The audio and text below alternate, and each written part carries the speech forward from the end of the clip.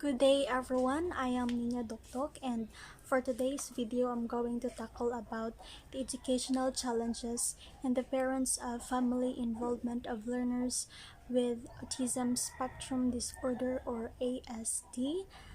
Upon knowing all the definition and types, the characteristics, the causes and symptoms of autism, let us now proceed to the educational challenges that they face.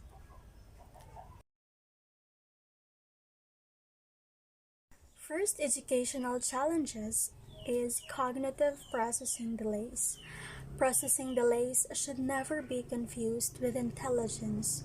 Processing delays have little due to the capacity to incorporate and evaluate observations and ideas.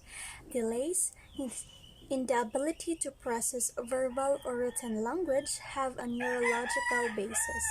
For those individuals who suffer delays, facts, ideas, and questions are often delayed or even lost in translation from language to thought and vice versa. In a classroom where children are expected to shoot up their hands in response to questions, processing delays can present a seemingly impassable barrier with both learning and social consequences. When the child with ASD is called on the untrained teacher, rather than waiting, will elevate this child's stress by repeating the question or expressing impatience, and when the pressure becomes too much, the child will simply check out or respond with an inappropriate behavior. If the child checks out one too many times, it will be a great challenge to re-engage him or her. Next, we have sensor perception issues.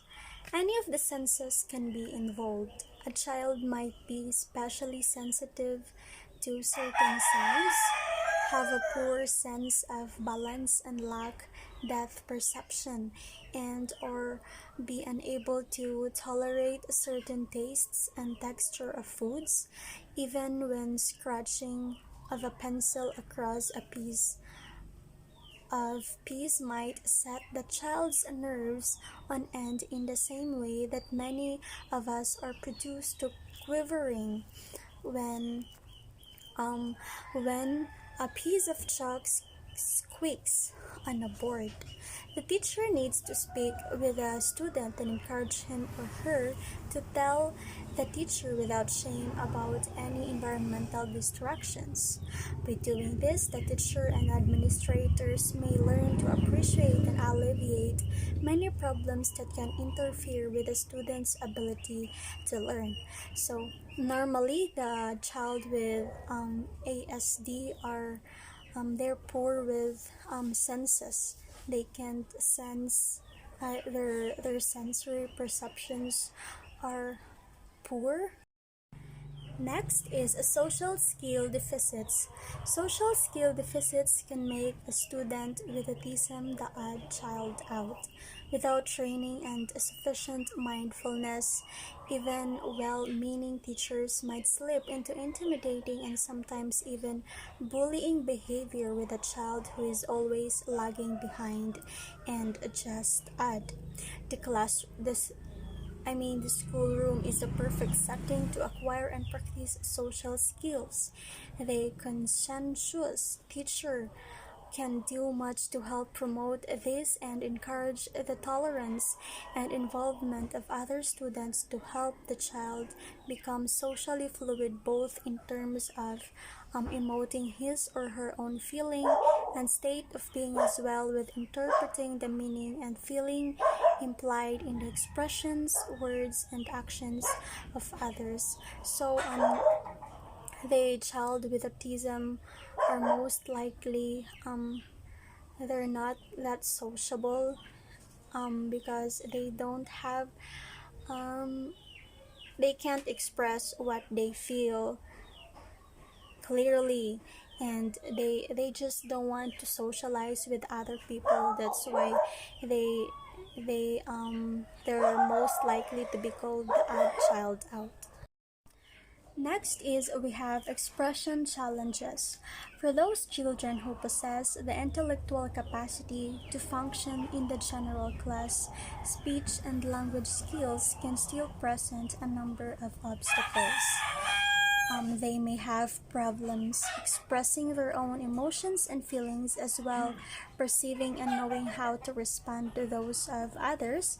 This can be as extreme as lacking the ability to recognize faces and differentiate between people, or as subtle as lacking the ability to appreciate and make use of nuance and tone of a voice when communicating. Over time, with the right and consistent encouragement, child with autism can be taught to moderate their speech and speak in ways that don't make them stick out from their peers. Rather than abandon certain pedantic speech, they can be placed in situations where it may prove an asset, such as in those fields of learning like science, math, and engineering, where precision of language is critical. Lastly, we have these motor skill challenges. Motor skill challenges can present as an inability to master handwriting. Forcing a child to do endless handwriting practice is never a good solution.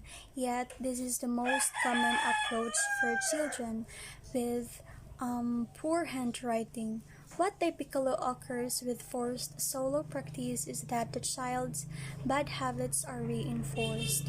With some children, handwriting issues are best addressed by a trained occupational or behavioral Student therapist. Students with ASD may also need more encouragement to participate in physical activities where motor coordination is required, like PE or recess.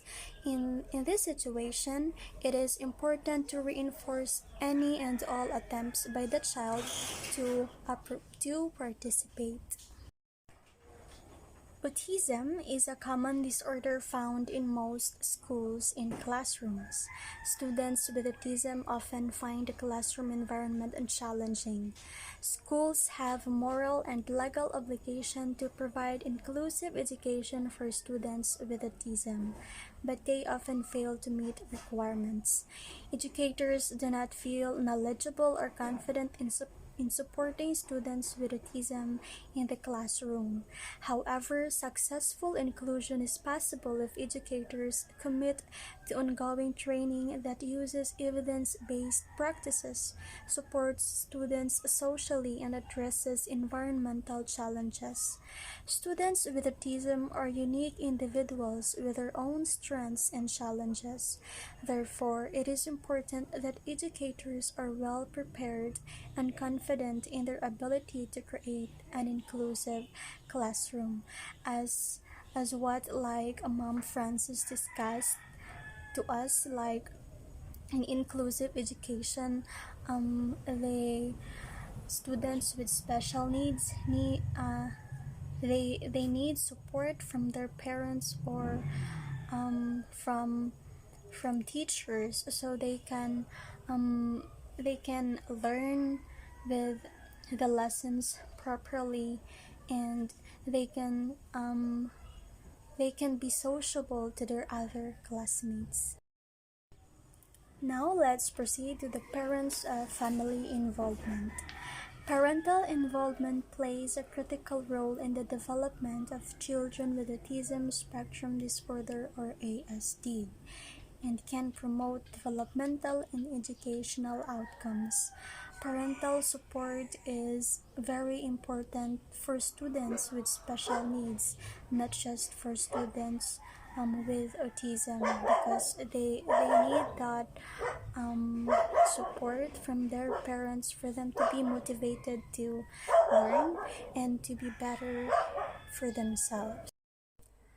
Family educational involvement and parent-teacher relationship are important for supporting student outcomes and have unique implications for families of child with ASD.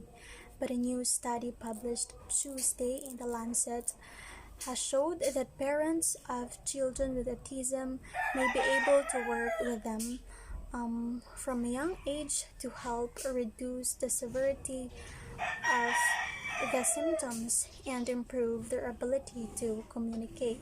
That's why parents should um, bring their child to the some treatment facilities for them to improve their ability to communicate or to express their emotions clearly, and so they can be sociable as well to other people. Now I'll show you Dan Aykroyd. Dan Aykroyd is a comedian, singer, actor, screenwriter, and blues brother. Dan Aykroyd was diagnosed with autism in the 1980s. He was expelled from two different schools by the time he discovered he had mild Asperger's syndrome. He shared that he has obsession with ghosts and law enforcement, and he carries a police badge.